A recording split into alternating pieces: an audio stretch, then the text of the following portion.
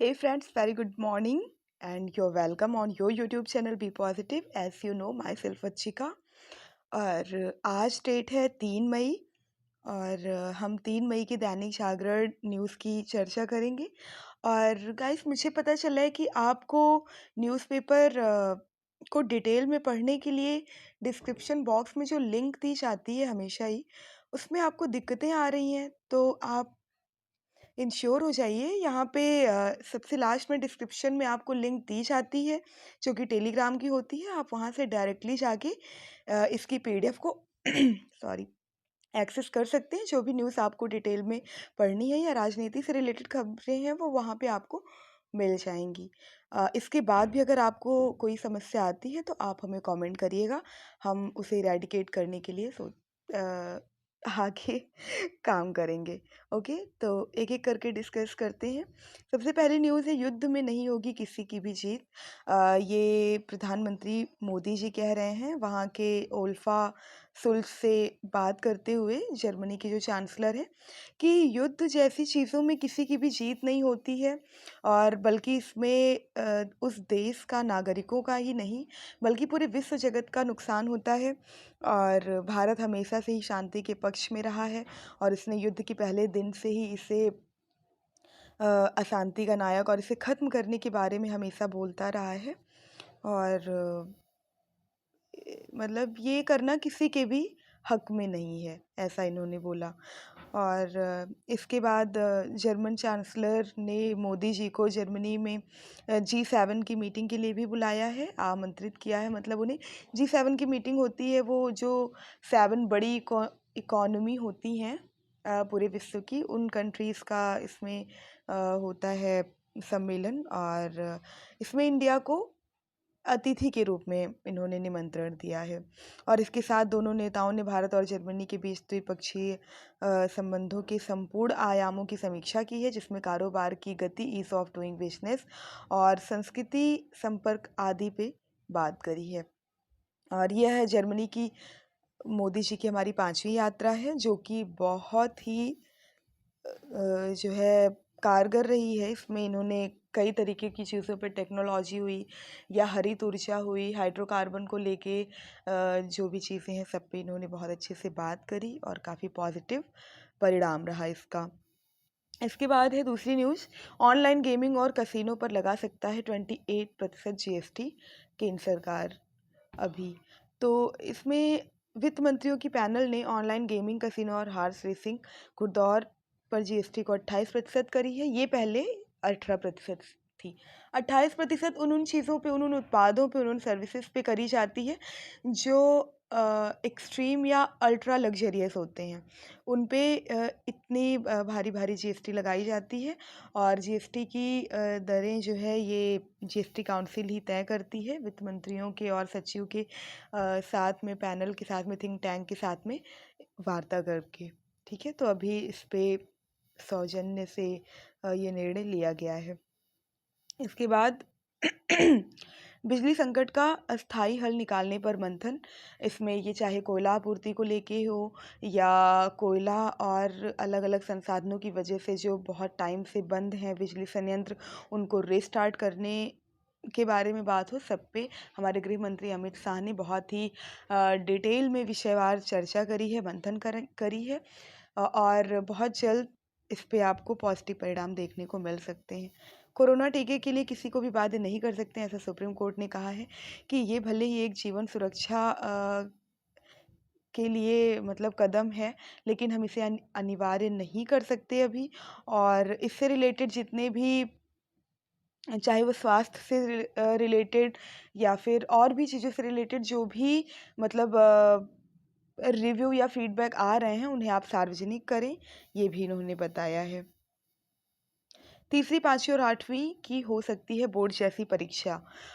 इसमें अभी नई शिक्षा नीति के तहत कदम कदम पर, यानी कि छोटे से लेके बड़े पैमाने पर एक पैरामीटर सेट करने के लिए, नियामक तय करने के लिए कि बच्चे अपनी पढ़ाई का स्तर अपना किस तरीके से वो ग्रैस्प कर रहे हैं चीज़ों को, और उनकी पकड़ कितनी अच्छी बन रही, समझ कितनी अच्छी बन रही, इन सबको बार बार जांच करने के लिए अभी तीसरी, पाँचवीं और आठवीं कक्षा की परीक्षाओं को भी 10वीं और 12वीं की तरीके बोर्ड में कन्वर्ट करने की बात चल रही है। और ऐसा बोला जा रहा है कि 2022-23 के सत्र से ही शुरू करने का हर संभव प्रयत्न किया जाएगा। इसके 2009 के पहले कई सारे राज्यों में तीसरी कक्षा की नहीं लेकिन 5वीं और 8वीं बोर्ड हुआ करता था, पंजाब, हरियाणा और उत्तर प्रदेश के कुछ ज़िलों में। लेकिन 2009 में ये रूल आने के बाद कि 8वीं तक के किसी भी बच्चे को फ़ेल नहीं किया जाएगा, ये बोर्ड हटा दिया गया था, लेकिन अभी फिर से गवर्नमेंट इस पे विचार कर रही है। खदान लीज में झारखंड के सीएम पर क्यों ना हो कार्रवाई, निर्वाचन आयोग ऐसा बोल रहा है। इसमें ये होता है कि मतलब निर्वाचन आयोग ये कह रहा है पहले तो कि मुख्यमंत्री का अपने नाम से पत्थर खदान लीज लेना प्रथम दृष्टया लोक प्रतिनिधि अधिनियम 1951 की धारा 9A का उल्लंघन है। पहली चीज़ तो ये उल्लंघन कैसे है कि अगर कोई भी संवैधानिक पद पे मतलब पदस्थ है कोई भी व्यक्ति, तो वो लाभ का पद नहीं ले सकता है। अगर ऐसा वो करता है तो उसका पद निरस्त किया जा सकता है और उसे अपदस्थ किया जा सकता है। और इस तरीके की खदान को लीज पे लेना और किसी और मल्टी टाइप बिजनेस में इंडल्ज होना ये सब लाभ पद के अंतर्गत आते हैं, जो कि प्रतिनिधि अधिनियम 1951 में पूरा बताया गया है कि क्या-क्या, कौन-कौन से पद लाभ के पद पे आते हैं। तो यही बताया जा रहा है कि इन पे कार्रवाई क्यों नहीं हो सकती। हालाँकि ये थोड़ा-सा रूल होता है कि जब तक कोई भी व्यक्ति किसी संवैधानिक पद पर है, तो उसे 14 दिन की नोटिस के बाद ही उस पे कोई कार्यवाही करी जा सकती है, और उसके पद से हटने के बाद ही उसे मतलब जेल या ऐसी चीज़ों में डाला जा सकता है। ऐसे कुछ-कुछ रूल हैं किसी-किसी जो है सर्टेन परिस्थिति में, लेकिन ये है कि कर ही नहीं सकते तो ये गलत है, क्यों नहीं कर सकते ऐसा बताया जा रहा है निर्वाचन आयोग द्वारा।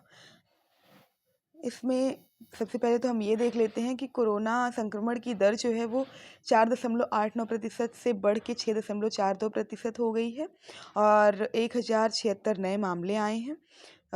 तो आप लोग प्लीज़ एहतियात बरतना शुरू कर दीजिए। और दिल्ली के सरकारी स्कूलों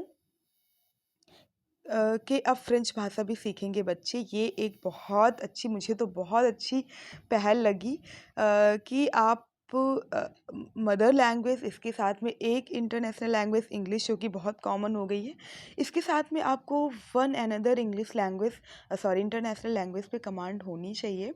अगर आप ये अपना कॉन्फिडेंस भी बढ़ाता है, और एक रिसर्च के अकॉर्डिंग ये भी, एक क्या कई रिसर्च के अकॉर्डिंग चाहे वो लेसन पत्रिका हो या फिर अर्थ एंड साइंस पत्रिका हो अमेरिका की, इसमें ये बताया जाता है हमेशा ही कि अगर आप जितनी लैंग्वेजेस आप जानने की कोशिश करते हैं, आपका आईक्यू लेवल उतना ज़्यादा निखरता है, और आपका फोकस और रिमेम्बरेंस पावर उतनी अच्छी इंक्रीज़ होती है, और इसके साथ साथ बच्चों में कॉन्फिडेंस भी डेवलप होगा अगर वो थर्ड किसी इंटरनेशनल लैंग्वेज पे वर्क करेंगे तो मुझे तो लग रहा है ये बहुत अच्छी चीज़ है और ये बिल्कुल होना चाहिए। और Delhi board of school education में जो है मतलब इस तरीके की बात पे चर्चा हुई है, और बहुत जल्द इसे लागू कर दिया जाएगा। कल और परसों हो सकती है हल्की बारिश, कम होगी गर्मी। ये अभी बे ऑफ बंगाल से जो नॉर्थ-वेस्टर हवा चल रही, जिसे काल बैसाखी भी कहते हैं, जो कि बिहार, झारखंड और छोटा नागपुर पठार को पूरे तरीके से कवर अप करती है। तो ये जो है पश्चिमी विक्षोभ के नाम से भी जानी जाती है, जिसमें ये होता है कि लो वायुदाब प्रेशर बनता है और फिर थोड़ी बहुत हल्की-फुल्की वर्षा होती है, मौसम सामान्य होता है। गाज़ियाबाद में हिजाब को लेके कॉलेज की छात्राओं को हंगामा। एक्चुअली अभी लैपटॉप वितरण के समय में इनको प्रॉपर स्कूल के कोड में आने के लिए बोला गया था, और इन्होंने वो कोड फॉलो नहीं किया, हिजाब पहन के आए, तो इनको वहीं पर रोक दिया गया। इसके बाद इन्होंने पहले हाईवे जाम करने के बारे में मतलब हाईवे जाम करने के लिए कोशिश की, फिर नारेबाजी की और वायरल किया, फिर ये मामला पुलिस तक गया और फिर उपयुक्त कार्रवाई करी गई। विश्व के बेस्ट एयरपोर्ट में आईजीआई दूसरे स्थान पर। अभी कोरोना के बाद जब से सर्विसेज बहाल करी गई हैं, तब से international Indira Gandhi international airport जो है वो अभी दूसरा व्यस्ततम पूरे वर्ल्ड लेवल पे बताया गया है हवाई अड्डा। और सबसे पहले अमेरिका का एटलांटा हर्ट्सफील्ड जैक्सन अंतर्राष्ट्रीय एयरपोर्ट जो है वो पहले स्थान पे है। बहुविवाह पर नजरिया स्पष्ट करे केंद्र, हाई कोर्ट ऐसा कह रहा है। एक्चुअली मुस्लिम समुदाय में जो बहुविवाह प्रथा है उसको लेकर याचिका दायर की गई थी। तो इसमें ये कहा जा रहा है कि अगर हम मुस्लिम लॉ के अकॉर्डिंग भी बात करें तो वहाँ पे भी ये चीज़ उपयुक्त नहीं है, और संवैधानिक रूप से तो ये बिल्कुल असंवैधानिक है ही, क्योंकि इसमें जो है अनुच्छेद 14, 15, 21 और 25 का भी साथ साथ में उल्लंघन करता है। इसके साथ ये शरीयत विरोधी भी है और अमानवीय और बर्बर भी है, क्योंकि शरीयत में साफ तौर पे लिखा है कि आप दूसरा विवाह कर सकते हैं, लेकिन उसकी परिस्थिति बहुत विशेष होगी। यदि मतलब संतान उत्पत्ति के लिए सक्षम नहीं है आपकी पहली पत्नी, या फिर वो किसी गंभीर बीमारी से पीड़ित है, कुछ कुछ मतलब ऐसी परिस्थितियाँ बताई गई हैं, तभी आप दूसरा विवाह कर सकते हैं। और इसको ये लोग बहुत ही मनमाने ढंग से इस चीज़ का प्रयोग कर रहे हैं, और ये अभी मुस्लिम कम्युनिटी में बहुत हद तक प्रचलित हो गया है। तो इसको लेके याचिका दायर की गई है कि मतलब, तो उसी पे सुप्रीम कोर्ट ने बोला है कि केंद्र इसका पूरा रुख स्पष्ट करे। इसके बाद ये हो गया। फिर हम बात करेंगे निजामुद्दीन मरकज़ को 14 अक्टूबर तक खोलने की अनुमति। अभी रमज़ान में इसे खोल दिया गया है, तो इसे 31 मार्च सॉरी इसे 14 अक्टूबर तक अभी फिर से खोलने की अनुमति दे दी गई है, जो 2020 में 31 मार्च से बंद कर दिया गया था। यहाँ पे बहुत भारी मात्रा में तबलीगी जमात के सदस्यों के कोरोना संक्रमित होने के बाद, आपको याद होगा बहुत ज़्यादा न्यूज़ में थी ये बात। 2 माह में पूरा हो जाएगा कुतुब मीनार की छतरी का संरक्षण। एक्चुअली अंग्रेज़ों द्वारा ये बनवाया गया था। अंग्रेज़ों द्वारा कैसे बनवाया गया था? पहले ये छतरी थोड़ा-सा मुगलों द्वारा बनवाई गई थी, और वो मैच ना करने की वजह से फिर इसे अंग्रेज़ों द्वारा बनवाई गई, तो वो फिर से क्षतिग्रस्त हो गई थी 1803 में भूकंप की वजह से। तो इसे ब्रिटिश वायसराय द्वारा जो है उतरवा दिया गया था 1848 में। फिर से इसमें पत्थर वगैरह जो ख़राब हो गए थे चेंज करे गए हैं, और अभी फिर से इन्हें ऐसा बोला जा रहा है कि 2 माह में इसका कार्य पूरा हो जाएगा, और फिर से ये कुतुब मीनार की चोटी पे सज जाएगा। और इससे रिलेटेड कुछ इतिहास भी हैं जो कि बार-बार न्यूज़पेपर में कुतुब मीनार से रिलेटेड पूछे जाते हैं। इसमें ये है कि इसका निर्माण जो है वो कुतुबुद्दीन ने करवाया था 1193 में, और केवल प्रथम मंजिला ही बनवा पाए थे। इसके बाद इनके उत्तराधिकारी इल्तुतमिश थे, जिन्हें दिल्ली का वास्तविक और पहला शासक कहा जाता है। तो उन्होंने फिर बनवाया था 3 मंजिला तक। इसके बाद 2 मंजिला और फिरोज शाह ने बनवाया, और फिर इसमें ऐसा बताया जा रहा है कि ये दोनों मंजिला निर्माण संगमरमर से था, और चौथी मंजिल तक का जो भी निर्माण कार्य था इल्तुतमिश और कुतुबुद्दीन द्वारा, वो बलुआ पत्थर से ही था और नागरी और फारसी में था। 1326, 68 और 1803 में ये अलग-अलग कारणों से नष्ट हुई, तो इसका जो है पुनरुद्धार करवाया गया मोहम्मद तुगलक और फिरोज तुगलक के द्वारा, और इल्तुतमिश के द्वारा भी। और इसके बाद यही भूकंप की वजह से फिर दिक्कत हुई थी। एक और मान्यता है कि पृथ्वीराज चौहान ने भी इसका पुनर्निर्माण मतलब कि रिजुवेनेशन इसका करवाया था, कि उनकी पुत्री जो है इसकी चोटी से जाके यमुना जी के दर्शन कर सके और पूजा कर सके।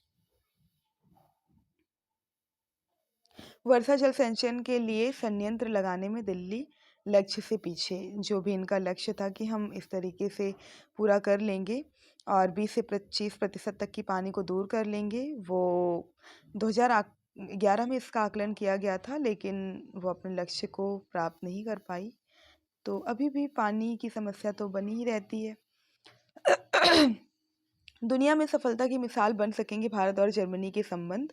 ये वही है कि इन्होंने अलग-अलग चीज़ों पे चर्चाएँ की और इनका ऐसा कहना है कि बस हम 2 देशों के लिए ही नहीं बल्कि विश्व स्तर पे जो भी यहाँ पे समझौते और फैसले लिए गए हैं, वो विश्व स्तर पे सबको कहीं न कहीं अ, जो है बेनिफिट पहुँचाएँगे। और स्वच्छ ऊर्जा के उपयोग को बढ़ावा देने के लिए भारत को 2030 तक 10.5 अरब डॉलर की अग्रिम सहायता देने की बात भी करी गई है जर्मनी की ओर से। जर्मनी का संकेत हिंद प्रशांत में बनेगा भारत का सहयोगी। जर्मनी अभी तक किसी दूसरे देश के साथ में मिलकर हिंद प्रशांत क्षेत्र पे चीन को डायरेक्ट कभी कोई चुनौती नहीं देता था, लेकिन इस बार ये जो भी कहिए हमारे प्रधानमंत्री मोदी जी के पॉजिटिव व्यक्तित्व का प्रभाव कहिए या इंडिया का वर्ल्ड लेवल पे अभी जिस तरीके से रुख रहा है उनको लेके कहिए, जर्मनी पूरी तरीके से अभी सहयोग में दिख रहा है इंडिया के दक्षिण चीन सागर की मुद्दे पे बात करने के लिए पूरी तरीके से सहयोग भी करने के लिए। और अभी आपको पता है जिस तरीके से इनकी यात्रा चल रही है प्रधानमंत्री मोदी जी की, तो यहाँ पे 2 बच्चे थे, एक ने राष्ट्रीय गीत सुनाया और दूसरे ने इनकी अ, इनका चित्र बनाया, चित्रकारी करी और उस पे ऑटोबायोग्राफ लिया और उन्होंने बोला कि ये हमारे लिए किसी भी सपने के पूरा होने से कम नहीं है। समझौतों में सिर्फ देश नहीं और दुनिया की भी फिक्र वही है, अलग अलग तरीके से इसमें बातें करी गई हैं। लाइक भारत और जर्मनी ने Indo Germany green hydrogen task force गठित करने का भी फैसला लिया है और इसके साथ में ही डब्ल्यूटीओ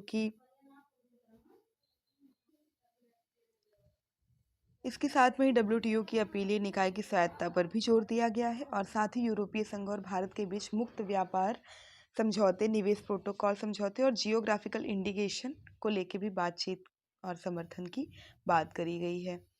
और इसके साथ में ग्रीन एनर्जी के क्षेत्र में भी सहयोग को प्रगाढ़ करने की बात करी गई है।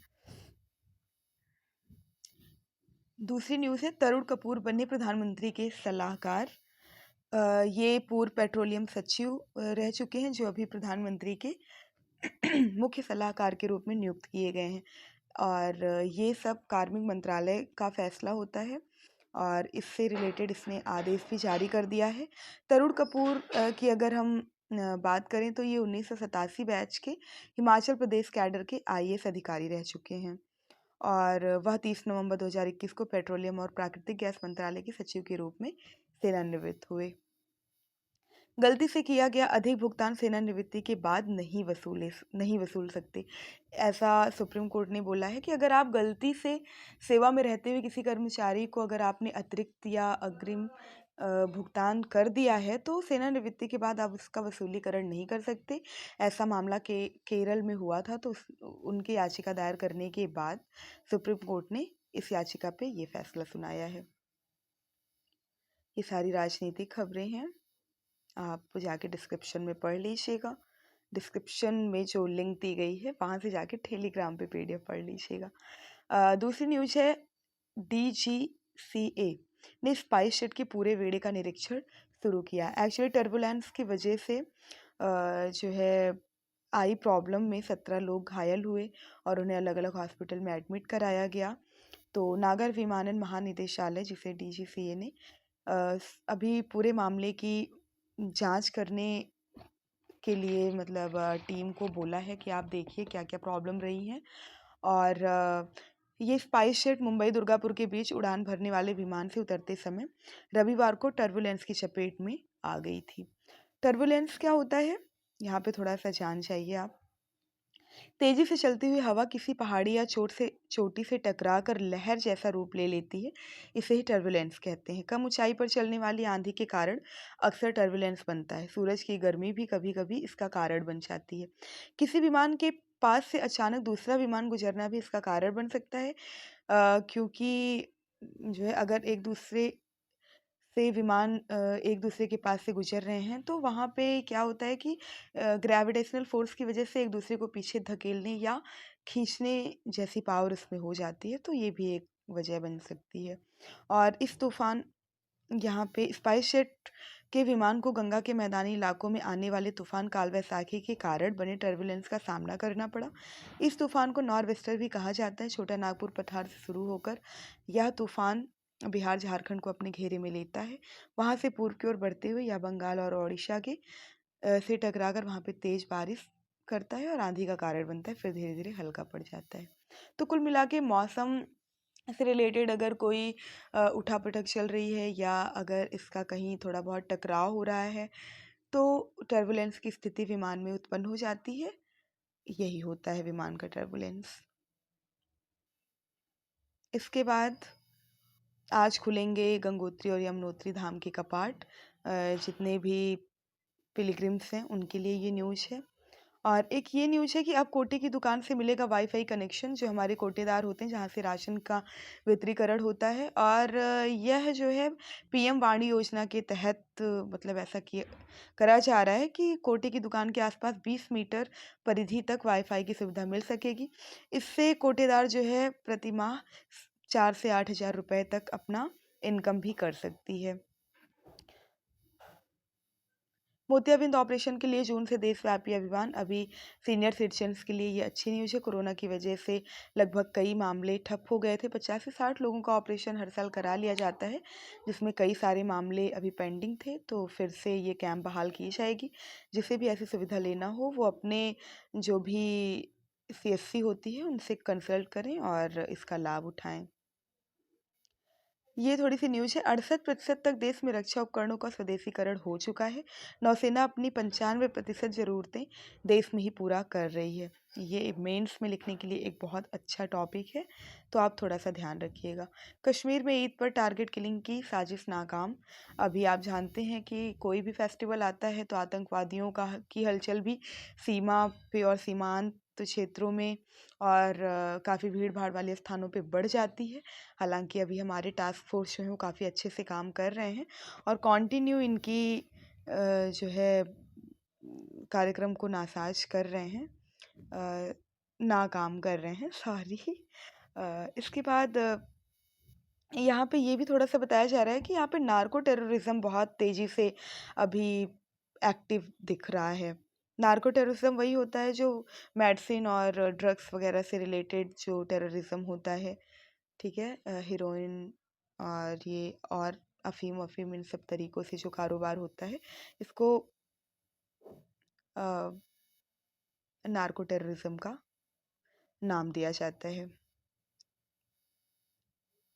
उत्तराखंड में जंगलों की आग बुझाने के लिए PRD, जिसे प्रांतीय रक्षा दल कहते हैं, उनकी तैनाती करी जाएगी और इनकी अभी ट्रेनिंग भी दी जा रही है इनको इस काम के लिए। धौलपुर में पानी की किल्लत से कई गांवों के लोग कर रहे हैं पलायन। अभी राजस्थान में ऐसा इसमें बताया जा रहा है कि प्रत्येक वर्ष ऐसा होता है कि एक विशेष मौसम में जबकि पानी की किल्लत शुरू हो जाती है तो वहाँ से लोग जा के चाहे वो यमुना का बैंक हो या और भी अपने रिश्तेदार के घर हो, वहाँ पे जाके ये लोग अस्थायी रूप से अपना ठिकाना बना लेते हैं। तो अभी फिर से ये न्यूज़ में है।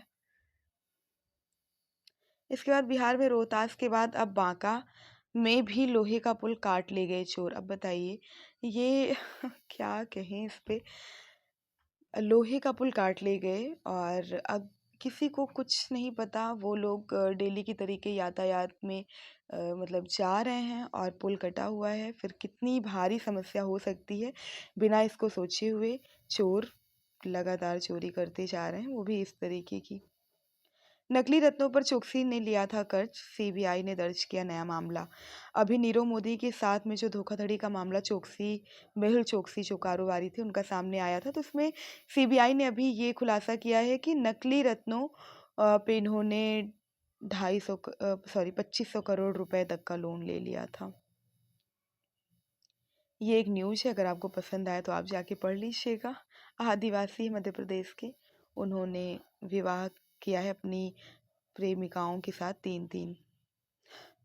फिर हम दूसरी न्यूज़ की बात करें तो 13 बड़े बंदरगाह हैं भारत में। मुंबई बंदरगाह प्राकृतिक बंदरगाह है, इसे भारत का प्रवेश द्वार भी कहा जाता है और इसकी स्थापना 26 जून 1873 को बॉम्बे ट्रस्ट पोर्ट के रूप में करी गई थी। ये ध्यान रखिएगा, इसमें प्राकृतिक और कृत्रिम बंदरगाह के बारे में पूछा जाता है और कितने बंदरगाह हैं भारत में ये भी पूछा जाता है, तो आप ध्यान रखिएगा। एक्चुअली ये रेफरेंस लिया गया है अभी बांग्लादेश और इंडिया के बीच में जो चटगांव या चिटगोंग पोर्ट की फिर से सर्विसेज को बहाल करने के बारे में जो समझौता हुआ है उसे लेके ये चर्चा में है। इसमें ये कहा जा रहा है कि विश्व बैंक की रिपोर्ट के अनुसार वर्तमान में एक ट्रक को भारत से बांग्लादेश पहुंचने के लिए 138 घंटे लगते हैं और 55 हस्ताक्षर करने पड़ते हैं। तो ये दूरी बहुत हद तक कम हो जाएगी और इतनी सारी फॉर्मेलिटीज़ भी नहीं रह जाएंगी जब इन दोनों देशों के बीच में चिटगंग पोर्ट की सेवा बहाल हो जाएगी। तो इसे त्रिपुरा की राजधानी अगरतला और कोलकाता को चिटगंग से जोड़े जाने के विषय में ये बात करी जा रही है। और अगर ऐसा ये कर देते हैं, लाइक बांग्लादेश की मोंगला बंदरगाह परियोजना पूरी हो जाती है और ये वाली परियोजना अगर पूरी हो जाती है तो 2024-25 तक एशियाई देशों के बीच जलमार्ग नेटवर्क 100% क्षमता से काम करने लग जाएगा। और इसमें थोड़ी सी बात बताई गई है, बांग्लादेश का चिटगंग, जिसका आधिकारिक नाम चटगांव है, बंदरगाह दुनिया के व्यस्ततम बंदरगाहों में से एक है। यहाँ से अगरतला भारत पहुँचने में मात्र 48 घंटे लगते हैं। और इसकी स्थापना पहले ये पोर्ट को ग्रांटेड डी बंगाल के नाम से जाना जाता था और बाद में ईस्ट इंडिया कंपनी ने 1760 में वहाँ के बंगाल के अंतिम नवाब को हराकर इसको अपने नियंत्रण में कर लिया। फिर इसके देख रेख के लिए और इसको और ज़्यादा एक्टिव करने के लिए 19वीं सदी में ब्रिटिश राज के तहत आधुनिक चिटगंग बंदरगाह के विकास के लिए असम बंगाल रेलवे का निर्माण किया गया। और द्वितीय विश्व युद्ध के समय में ये बर्मा अभियान के दौरान मित्र देशों के लिए सेना का महत्वपूर्ण आधार भी बना। इसमें ये बताया जा रहा है कि आयात निर्यात 80% तक एक समय में संभाल लेता था चिटगांग बंदरगाह। और इससे न केवल इंडिया और बांग्लादेश बल्कि नेपाल और भूटान और ट्रांसशिपमेंट के लिए भी किया जाता था और म्यांमार को भी काफ़ी हद तक इससे बेनिफिट मिल जाता है। दूरी कम हो जाती है, वही और क्या। 1965 में ये भारत पाकिस्तान युद्ध के बाद बंद कर दिया गया था। क्योंकि ये उस टाइम पे पाकिस्तान का हिस्सा हुआ करता था। और 2015 में चिटगांग और मोंगला बंदरगाह के उपयोग के लिए फिर से समझौता ज्ञापन पर हस्ताक्षर किया गया, जो कि 2024 तक पूरी होने की संभावना है। इसके साथ ही कुछ और चीज़ें हैं जो कि आपको जाननी चाहिए इंडिया के पोर्ट से रिलेटेड।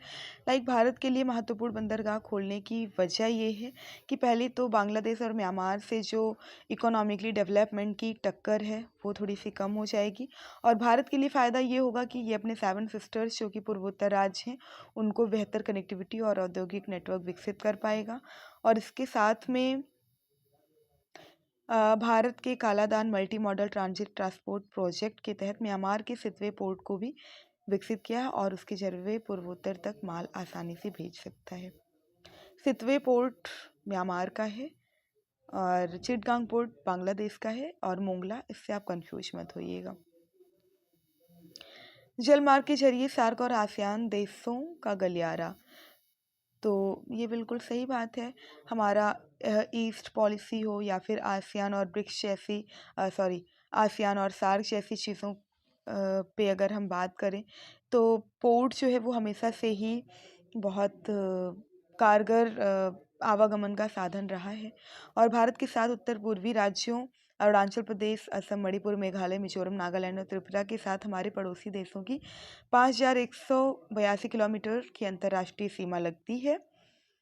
और इसमें ये भी बताया जा रहा है कि भारत का कुल जो कोस्टल एरिया है वो 7517 किलोमीटर है, जिसमें से 200 किलोमीटर अधिक बंदरगाह से जुड़ी हुई है। और इसके साथ ये भी बताया जा रहा है कि पूर्वी एशिया और अमेरिका, यूरोप और अफ्रीका के बीच में जाने वाले अधिकांश मालवाहक जहाज भारतीय जल क्षेत्र से ही होकर गुजरते हैं।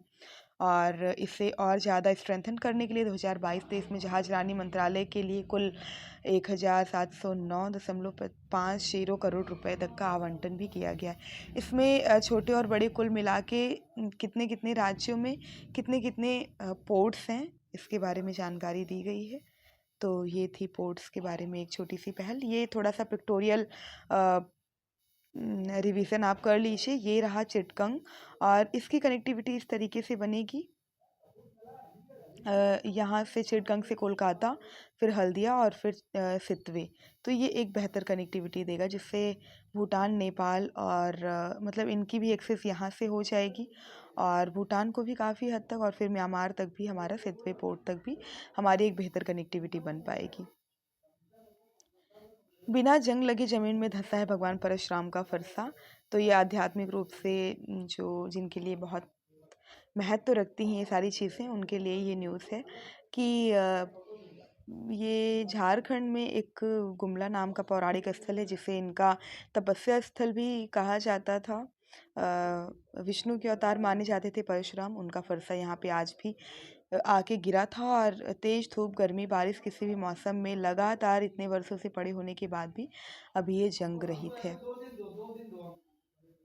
ये यहाँ पे लद्दाख, लेह के जो नागरिक हैं इंडिया के, वो बहुत ही तेज़ी से अपना वर्चस्व दिखा रहे हैं, चाहे वो खेल से रिलेटेड हो या इस तरीके से पहाड़ चढ़ना हो या चोटी पे फतह हासिल करना हो।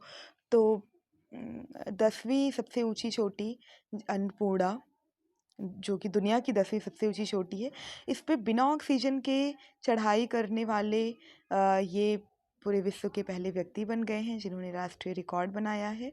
और 8,091 मीटर की ऊंचाई वाली यह चोटी है और ऐसा करने वाले ये 41 उम्र के क्या मतलब हर उम्र के ये सबसे पहले व्यक्ति बन गए हैं। उन्नत तकनीकी से किसानों को मिलेगी भंडारण में मदद। अभी एक्चुअली इन्होंने एक डेवलप की है मशीन, एक नई टेक्नोलॉजी जिसमें ये बीजों को मशीन के थ्रू उसको मतलब ड्राई करेंगे ताकि उसमें कोई भी वेटनेस ना रह जाए और फिर उसके भंडारण से बीज हमारा काफ़ी हद तक मतलब सुरक्षित रहे। तो ये कैसे कैसे काम करती है ये आप पढ़ लीजिएगा। हालांकि इसका निर्माण जो है वो भोपाल स्थित Lakshmi Narayan college of technology में एक मैकेनिकल रिसर्च क्लब में इसका नवोन्मेष का काम चल रहा है और इसका प्रकाशन भी अंतर्राष्ट्रीय जर्नल में किया जा चुका है। नीदरलैंड और American institute of physics journal में भी ये प्रकाशित हो चुका है और ये कह रहे हैं कि काफ़ी अच्छे से ये मतलब पूरी टेक्नोलॉजी बताई गई है कि किस किस तरीके से ये सूर्य की रोशनी का यूज करके और फिर गर्मी दे के बीजों को सुरक्षित करेंगे, ड्राई करेंगे। और इसके पहले जो साधारण ड्रायर था वो भी अधिक कारगर था। तो ये आप वहाँ पे जाके पढ़ लीजिएगा। ये सारे आर्टिकल्स हैं। चार धाम यात्रा में चुनौतियाँ यानी कि कोरोना हो गया या जितने भी हमारे आतंकवादी गतिविधियों को लेके जिस तरीके से ये लोग एक्टिव दिख रहे हैं उनसे रिलेटेड भी जितनी प्रॉब्लम्स हैं उन सबको भी देखते हुए ये चार धाम यात्रा की चुनौतियों के बारे में बताया गया है। इंडिया और यूरोप का वही है कि किस तरीके से कनेक्टिविटी हम स्थापित कर सकते हैं। मुफ्तखोरी की राजनीति के खतरे, एक लेख निकला है जिसमें अभी श्रीलंका में जिस तरीके से अभी आजकल हालत है वो बता रहे हैं कि ये मुफ्तखोरी की ही वजह से है और बहुत बड़े जाल के नेटवर्क में फंसता जाता है देश अगर मुफ्तखोरी की इसी तरीके से स्टार्ट हो। और ये बता रहे हैं कि सबसे पहले 2011 में तमिलनाडु में मुफ्तखोरी का कार्यक्रम शुरू हुआ और उसके बाद से आम आदमी पार्टी हो या जितने भी मतलब हैं अब तो उनका एक रवैया ही बन गया है मुफ्तखोरी का, मतलब सारी चीज़ें बांटने का। तो इससे हमारी इकोनॉमी को जहाँ पे ये कह रहे हैं कि सड़क और सीमा सुरक्षा इन सब चीज़ों पे हमें खर्च करना चाहिए जिसमें हम चीन और अमेरिका से काफ़ी हद तक पीछे हैं। तो अगर मुफ्त में चीज़ें ही बांटते रहेंगे तो हम इन सब चीज़ों को कब स्ट्रेंथन करेंगे, तो ये अच्छी बात नहीं है। आप इस पे थोड़ा सा लगाम लगाइए।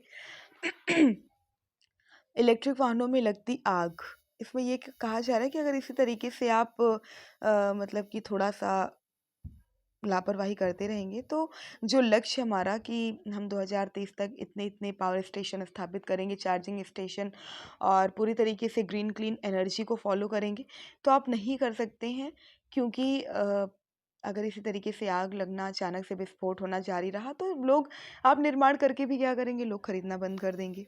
ये बात कही गई है। इसमें थोड़ा सा बताया गया है राष्ट्रद्रोह कानून की प्रासंगिकता का प्रश्न, मतलब कि अभिव्यक्ति की स्वतंत्रता हमारे संविधान की आर्टिकल 19 क्लॉज़ 1 में कहा गया है, उसको दिया गया है। लेकिन आप थोड़ा-सा इसकी प्रासंगिकता को देखें कि आप मनमाने ढंग से उसका यूज़ नहीं कर सकते। अभिव्यक्ति की स्वतंत्रता का ये मतलब नहीं है कि आप राष्ट्र के खिलाफ कुछ-कुछ भी बोलेंगे। और भारतीय दंड संहिता की 1860 की धारा 124 में ये पूरा बताया गया है कि क्या राष्ट्रद्रोह है, और राष्ट्रद्रोह मतलब किस-किस तरीके की बातें आप करेंगे तो राष्ट्रद्रोह के अंतर्गत आएगी। और इसमें ये थोड़ा-सा बता रहे हैं कि दंडात्मक कानूनों के बदले सुधारात्मक कानून पर अगर बल दिया जाएगा तो ये काफ़ी हद तक सुधार इसमें किया जा सकता है। चीन के विस्तारवादी पर शिकंजा। अभी शिकंजा का मतलब यही है कि जर्मनी बहुत तेज़ी से इस चीज़ों पे दिख रहा है। जिस तरीके से ये डेब्ट पॉलिसी अपना के कि पहले ये ऋण देते हैं, उसके बाद सबको फटाफट से अपने कब्जे में कर लेते हैं एक समय पे ऋण ना चुकाने के बाद। और इसके बाद 9 डैश लाइन मतलब डॉट डॉट करके जितने भी पोर्ट्स हैं अलग अलग कंट्रीज़ के, चाहे वो मालदीव हो, चाहे वो जो है म्यांमार का हो या श्रीलंका का हो, जितने भी पोर्ट्स हैं महत्वपूर्ण, उस पे ये कब्जा करके मतलब कुल तरीके से दक्षिण चीन सागर पे किस तरीके से इनका विस्तारवाद है, तो उस पे लेके इन्होंने लेख लिखा हुआ है, या आप विस्तार में जाके पढ़ लीजिएगा। इसमें ये कहा जा रहा है कि ब्लू इकोनॉमी पावर बनने के लिए हिंद महासागर पर नियंत्रण आवश्यक है, और भारत सरकार द्वारा भी मैरीटाइम रूट्स पर काम किया जा रहा है। लेकिन जिस तरीके से चीन की हलचल और गतिविधियाँ बढ़ रही हैं वो थोड़ा सा विचार करने योग्य है, और पूरे विश्व को खास करके शार्क और एशियान देशों को इस पे थोड़ा-सा गंभीरता से विचार करना चाहिए। देश को मिला 100वां यूनिकॉर्न, जो कि नियो बैंक है, और अभी इसे नियो बैंक ये है कि बैंक के तरीके ये पूरा काम करता है, और इसका सारा मामला पूरी तरीके से डिजिटलाइज्ड है। हालाँकि अभी इसे आरबीआई की तरफ से लाइसेंस नहीं मिला है, तो इस वजह से इसे अभी परंपरागत बैंकों के साथ में मिल के सेवाएँ देनी पड़ रही हैं। हालाँकि ये 100वां यूनिकॉर्न बन गया है। यूनिकॉर्न वही है जो स्टार्टअप का जो टर्नओवर है वो 1 अरब डॉलर के वैल्यूएशन से ज़्यादा है या वहाँ तक है, तो वो यूनिकॉर्न में आ जाता है वो स्टार्टअप। इसमें ये बताया जा रहा है कि केंद्र के प्रयासों से खाद्य तेल की कीमतों में राहत मिल सकती है, चाहे वो सब्सिडी देने का मामला हो या अच्छी बीज और मतलब उसके उत्पादन में अच्छी सब्सिडी देने का मामला हो। काफ़ी हद तक हम जो है महंगाई को 7 से 5 रुपए तक कब्जे में कर सकते हैं। इसमें ये बताया जा रहा है कि 40 वर्षों से पुराने उत्तर प्रदेश हरियाणा सीमा विवाद जो हैं वो अभी जीपीएस सर्विस से ख़त्म किए जाएंगे, और जीपीएस वही होता है ग्लोबल पोजिशनिंग सिस्टम जो होता है, उसके तहत पूरा डिजिटली वो कर दिया जाता है, मार्किंग कर दी जाती है कि ये सीमा आपकी है और ये आपकी है, और इसके दौरान अवैध खनन करने वालों की भी संपत्ति का को जब्त करा जाएगा। कमला देवी का जलावतरण हुआ है, ये एक न्यूज़ है। पूछा जा सकता है कि हाल ही में कौन सा है, तो ये बाकी ये सारी न्यूज़ हैं। इसमें ये बताया जा रहा है कि ट्विटर पर एलन मस्क के आधे फॉलोअर फर्जी हैं। इसमें हिटलर को यहूदी मूल का बनाने पर इज़राइल में लोग विवाद खड़ा कर दिए कि ये अक्षम्य झूठ है, और अफ़गानिस्तान को बाहर से 76 करोड़ डॉलर की मदद मिल रही है। ये सारी चीज़ें हैं। बाकी न्यूज़ेस बहुत हैं, अगर हम बात करें तो बहुत बड़ी हो जाती हैं, तो फिर ये सारी चीज़ें हैं, आप देख लीजिएगा। इसके साथ में बहुत बहुत धन्यवाद।